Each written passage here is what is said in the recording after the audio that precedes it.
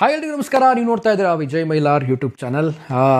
Byrathi Ranagal cinema ನೋಡ್ಕೊಂಬಂದೆ. So ತುಂಬ expectation, ಆಮೇಲೆ ತುಂಬ ಹೈಪ್ ಇದ್ದಂಥ ಸಿನಿಮಾ. ಸೊ ಇದ್ರ ಬಗ್ಗೆ ಇವತ್ತು ಖಂಡಿತವಾಗ್ಲೂ ಮಾತಾಡಲೇಬೇಕು. ತುಂಬ ಜನ ಮೆಸೇಜ್ ಮಾಡ್ತಾಯಿದ್ರಿ ಬೆಳಗ್ಗೆಯಿಂದ, ಬ್ರದರ್ ಯಾಕೆ ಲೇಟ್ ಮಾಡ್ತೀರಾ ನೀವು ರಿವ್ಯೂ ಹಾಕೋದು ಅಂತ.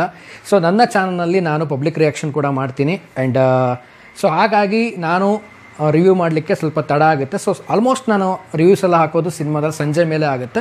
ಸೊ ಇದಕ್ಕೆ ಸ್ವಲ್ಪ ಕ್ಷಮೆ ಇರಲಿ. ಯಾರು ಪಬ್ಲಿಕ್ ರಿಯಾಕ್ಷನ್ ನೋಡಿಲ್ಲ, ಪಬ್ಲಿಕ್ ರಿಯಾಕ್ಷನ್ ನೋಡಿ ಅಂತ ಹೇಳ್ತಾ ಸೊ ವಿಡಿಯೋ ಶುರು ಮಾಡ್ತಾ ಇದ್ದೀನಿ. ಶುರು ಮಾಡೋಕ್ಕಿಂತ ಮುಂಚೆ ಚಾನಲ್ಗಿನ್ನು ಸಬ್ಸ್ಕ್ರೈಬ್ ಮಾಡ್ಕೊಂಡಿಲ್ಲ ನಾನು ಸಬ್ಸ್ಕ್ರೈಬ್ ಮಾಡ್ಕೊಳ್ಳಿ. ಇನ್ಸ್ಟಾ, ಫೇಸ್ಬುಕ್ ಹಾಗೆ ಎಕ್ಸೆಲ್ ಫಾಲೋ ಮಾಡೋದನ್ನು ಮರಿಬೇಡಿ. ಸೊ ಮೊದಲೇದಾಗಿ ಹೇಳಬೇಕು ಅಂದರೆ ಪ್ರೀಕ್ವೆಲ್ ಸಿನಿಮಾಗಳೇನಿದೆ ಕನ್ನಡದಲ್ಲಿ ತುಂಬ ಕಡಿಮೆ ಅನ್ನೋಕ್ಕಿಂತ ಬಂದೇ ಇಲ್ಲ ಅಂತ ಅಂದ್ಕೊಳ್ತೀನಿ. ಸೊ ಇದೇ ಫಸ್ಟ್ ಸಿನಿಮಾ ಅಂದ್ಕೊಳ್ತೀನಿ. ಸೊ ಸೆಕೆಂಡ್ ಬರ್ತಿರೋದು ಪ್ರೀಕ್ವೆಲ್ ಸಿನಿಮಾ ಅಂದರೆ ಎಲ್ರಿಗೂ ಗೊತ್ತಿರಾಗೇ ಕಾಂತಾರ. ಆ್ಯಂಡ್ ಇವತ್ತು ಭೈರತಿ ರಣಗಲ್ ಸಿನಿಮಾದ ಒಂದು ಏನಿದೆ, ಒಂದು ಮಫ್ತಿಯ ಒಂದು ಪ್ರೀಕ್ವೆಲ್ ಸಿನಿಮಾ ಆಗಿದೆ. ಸಿನಿಮಾದ ಸ್ಟೋರಿ ಬಗ್ಗೆ ಹೇಳಿಬಿಟ್ರೆ ನಿಜವಾಗ್ಲೂ ಸ್ಟೋರಿ ಸ್ಪಾಯ್ಲ್ ಮಾಡ್ದಂಗೆ ಆಗುತ್ತೆ. ಸೊ ನೀವು ಥಿಯೇಟ್ರಿಗೆ ಹೋಗಿ ಸಿನಿಮಾ ನೋಡಿ. ಆ್ಯಂಡ್ ಮೇಜರ್ ಆಗಿ ಎಲ್ರಿಗೂ ಗೊತ್ತಿರುವಂಥದ್ದು ಪ್ರೀಕ್ವೆಲ್ ಸಿನಿಮಾ ಅಂದರೆ ರಣಗಲ್ ಹೇಗೆ ಬಂದ, ಏನಾಯಿತು ಅನ್ನುವಂಥದ್ದು. ಸೊ ಶಿವಣ್ಣ ಅವರು ಚಿಕ್ಕ ಹುಡುಗನಿಂದ ಹಿಡಿದು ನಾವು ಮಫ್ತಿಯಲ್ಲಿ ನೋಡುವಂಥ ಒಂದು ಕ್ಯಾರೆಕ್ಟರ್, ಒಂದು ಸ್ವ್ಯಾಗ್ ಏನಿದೆ ಶಿವಣ್ಣ ಅವ್ರದ್ದು, ಸೊ ಅಲ್ಲಿ ತನಕನೂ ಒಂದು ಕ್ಲಾರಿಟಿಯನ್ನು ಕೊಟ್ಟಿದ್ದಾರೆ. ಹೇಗೆ ಬಂದ, ಏನಾಯಿತು ರಣಗಲ್ ಲೈಫಲ್ಲಿ ಏನಾಯಿತು ಅನ್ನುವಂಥದ್ದು. ಸೊ ಇದೆಲ್ಲ ಕಂಪ್ಲೀಟಾಗಿ ಸ್ಟೋರಿ ನೀವು ಥಿಯೇಟ್ರಲ್ಲಿ ಹೋಗಿ ನೋಡಿ. ಆ್ಯಂಡ್ ಮೇನಾಗಿ ನನಗೆ ಇಷ್ಟ ಆಗಿದ್ದೇನಪ್ಪ ಅಂತಂದರೆ ಸ್ಟೋರಿನ ತುಂಬ ಚೆನ್ನಾಗಿ ಬರ್ಕೊಂಡಿದ್ದಾರೆ. ಸೊ ಸ್ಟೋರಿ ಒಂದು ಕಡೆ ಇಟ್ಟರೆ ಡೈಲಾಗ್ಸ್ ವಿಚಾರಕ್ಕೆ ಬರೋದಾಯ್ತು ಅಂದರೆ ಒಂದೊಂದು ಡೈಲಾಗ್ ಕೂಡ ಥಿಯೇಟ್ರಲ್ಲಿ ಸೈಲೆಂಟಾಗಿ ಕೂತ್ಕೊಂಡಿರ್ತಾರೆ ಎಲ್ಲರೂ ಕೂಡ ಕೇಳಲಿಕ್ಕೆ. ಸೈಲೆಂಟ್ ಹೇಗಿರುತ್ತೆ ಅಂತಂದರೆ ಒಂದು ಪಿನ್ ಬಿದ್ದರೂ ಕೂಡ ಸೌಂಡ್ ಆಗಬೇಕು, ಪಿನ್ ಡ್ರಾಪ್ ಸೈಲೆನ್ಸ್ ಅಂತ ಏನಂತಾರೆ, ಆ ರೀತಿಯಾದಂಥ ಒಂದು ಸಿಚುವೇಶನ್ ನಾನು ನೋಡಿದೆ.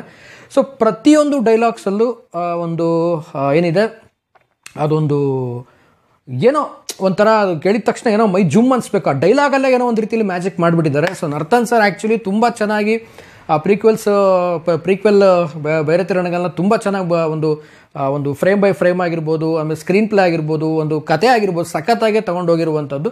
ಆ್ಯಂಡ್ ಓವರ್ ಆಲ್ ಆಗಿ ಈ ಒಂದು ಸಿನಿಮಾದ ಒಂದು ಹೆಸರೇನಿದೆ ಒಂದು ಭೈರತಿ ರಣಗಲ್ ಅನ್ನುವಂಥದ್ದು. ಸೊ ಮಫ್ತಿ ಅಂತ ಏನಾದರೂ ಇಟ್ಟು ಸ್ಟೋರಿ ಆಫ್ ರಣಗಲ್ ಅಥವಾ ಭೈರತಿ ರಣಗಲ್ ಈ ರೀತಿ ಏನಾದರೂ ಇಡ್ಬೋದಾಗಿತ್ತು.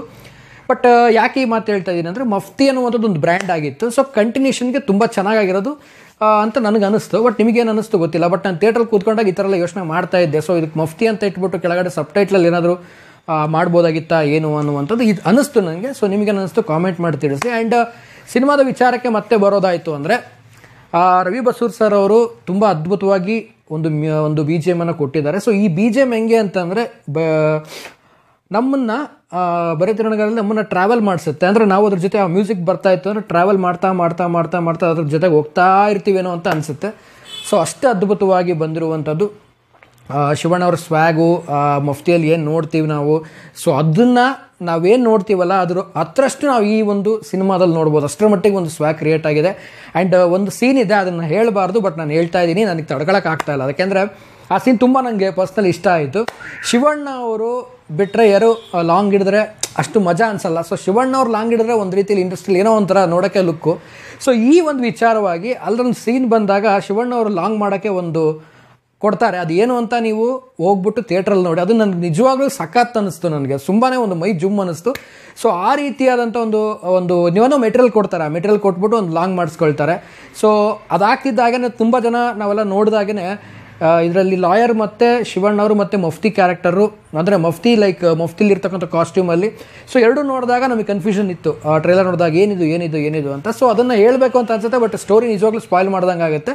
ಸೊ ಥಿಯೇಟ್ರಿಗೆ ಹೋಗಿ ನೋಡಿ. ಸೊ ಶಿವಣ್ಣ ಒಂದು ಏನು ಮಫ್ತಿಯಲ್ಲಿ ನಾವು ನೋಡ್ತೀವಲ್ಲ, ಸೊ ಅದನ್ನು ಇದ್ರ 20ರಷ್ಟು ಇದರಲ್ಲಿ ನೀವು ಸಖತ್ತಾಗಿ ಎಂಜಾಯ್ ಮಾಡೋದ್ರಲ್ಲಿ ಡೌಟ್ ಇಲ್ಲ ಅಂತ ಹೇಳ್ಬೋದು. ಸೊ ಓವರ್ ಆಲ್ ಆಗಿ ಹೇಳಬೇಕು ಅಂದರೆ ತುಂಬ ಚೆನ್ನಾಗಿ ತೊಗೊಂಡೋಗಿದ್ದಾರೆ ಸ್ಕ್ರೀನ್ ಮೇಲೆ. ಫಸ್ಟ್ ಹಾಫ್ ಆಗಿರ್ಬೋದು ಮತ್ತು ಸೆಕೆಂಡ್ ಹಾಫ್ ಆಗಿರ್ಬೋದು. ಫಸ್ಟ್ ಹಾಫಲ್ಲಿ ಯಾವುದೇ ಒಂದು ಮಾತಿಲ್ದೇ ಛಾಯಾ ಸಿಂಗ್ ಆಗಿರ್ಬೋದು ಮತ್ತು ಶಿವಣ್ಣ ಅವರು ಮತ್ತು ಅಣ್ಣ ತಂಗಿ ಒಂದು ಸೆಂಟಿಮೆಂಟ್ ಏನಿದೆ, ನಿಜವಾಗ್ಲೂ ಕಣ್ಣೀರು ತರಿಸುವಂಥ ಒಂದು ಸಿಚುವೇಶನ್ಸ್ಗಳು ಬರುತ್ತೆ. ಅದರಲ್ಲೊಂದು ಚಿಕ್ಕ ಹುಡುಗಿ ಬರುತ್ತೆ, ಆ ಹುಡುಗಿದು ಒಂದು ಪಾತ್ರ ನಿಜವಾಗ್ಲೂ ಕಣ್ಣು ತುಂಬುತ್ತೆ ಆ ಒಂದು ಸೀನಲ್ಲಿ. ಸೊ ಅದನ್ನೆಲ್ಲ ನೋಡೋದಾಯಿತು ಅಂತಂದರೆ ಸೊ ತುಂಬಾ ಒಂದು ಡೈಲಾಗ್ ಮೇಲೆ ತುಂಬಾ ಒಂದು ಡೀಪಾಗಿ ವರ್ಕ್ ಮಾಡಿದ್ದಾರೆ. ಡೈಲಾಗ್ಸ್ನ ಒಂದೊಂದು ಥಿಯೇಟ್ರಲ್ಲಿ ಕೇಳ್ತಾ ಇದ್ವಿ ಅಂತಂದರೆ ಒಂದು ರೀತಿಯಲ್ಲಿ ಮೈಯೆಲ್ಲ ರೋಮಾಂಚನ ಆಗುತ್ತೆ, ಡೈಲಾಗ್ಸಲ್ಲೇ ರೋಮಾಂಚನ ಆಗುತ್ತೆ. ಸೊ ಅಷ್ಟರ ಮಟ್ಟಿಗೆ. ಆ್ಯಂಡ್ ಆ್ಯಕ್ಷನ್ಸ್ ಅಂತೂ ಹೇಳಬೇಕಾಗಿಲ್ಲ, ಫೈಟಿಂಗ್ ಸೀನ್ ಅಂತೂ ಸಖತ್ತಾಗಿ ಮೂಡಿ ಬಂದಿದೆ. ಸೊ ಓವರ್ ಆಲ್ ಆಗಿ ಹೇಳಬೇಕು ಅಂತಂದರೆ ಈ ವರ್ಷದ ಎಂಡಿನ ಒಂದು ಒಳ್ಳೆಯ ಸಿನಿಮಾ, ಅದು ಎಕ್ಸ್ಪೆಷಲಿ ಹೇಳಬೇಕು ಅಂತಂದರೆ ನಮ್ಮ ಕನ್ನಡದ ಒಂದು ಪ್ರೀಕ್ವೆಲ್ ಸಿನಿಮಾ ಅಂತಲೇ ಹೇಳ್ಬೋದು, ಸಖತ್ತಾಗಿ ಬಂದಿದೆ. ಸೊ ಯಾರೆಲ್ಲ ನೋಡಿಲ್ಲ ದಯವಿಟ್ಟು ಹೋಗಿ ಥಿಯೇಟ್ರಿಗೆ ಸಿನಿಮಾ ನೋಡಿ. ಸೊ ನಿಮಗೆ ಏನು ಅನ್ನಿಸ್ತಾ ಅನ್ನೋದು ಕೂಡ ಕಾಮೆಂಟ್ ಸೆಕ್ಷನಲ್ಲಿ ಕಾಮೆಂಟ್ ಮಾಡಿ.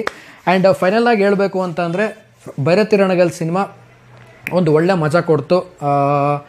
ತುಂಬಾ ಒಂದು ಥಿಯೇಟ್ರ್ ಎಕ್ಸ್ಪೀರಿಯನ್ಸು, ಆಮೇಲೆ ಥಿಯೇಟ್ರಿಕಲ್ ಎಕ್ಸ್ಪೀರಿಯನ್ಸು ಕೊಡುವಂಥ ಸಿನಿಮಾ. ಮಫ್ತಿ ಏನು ಎಂಜಾಯ್ ಮಾಡಿದ್ವಲ್ಲ, ಸೊ ಅದೇ ರೀತಿಯಲ್ಲೇ ಎಂಜಾಯ್ ಮಾಡ್ತೀವಿ, ದುಪ್ಪಟ್ಟು ಎಂಜಾಯ್ ಮಾಡ್ತೀವಿ ಅದರಲ್ಲಿ ಮಾತ್ರ ಡೌಟೇ ಇಲ್ಲ. ಸೊ ಜಾಸ್ತಿ ಏನು ಹೇಳ್ತಾ ಹೋದರೆ ಮತ್ತು ಸ್ಟೋರಿ ಬಗ್ಗೆ ಹೇಳಬೇಕಂತ ನನಗನ್ಸುತ್ತೆ.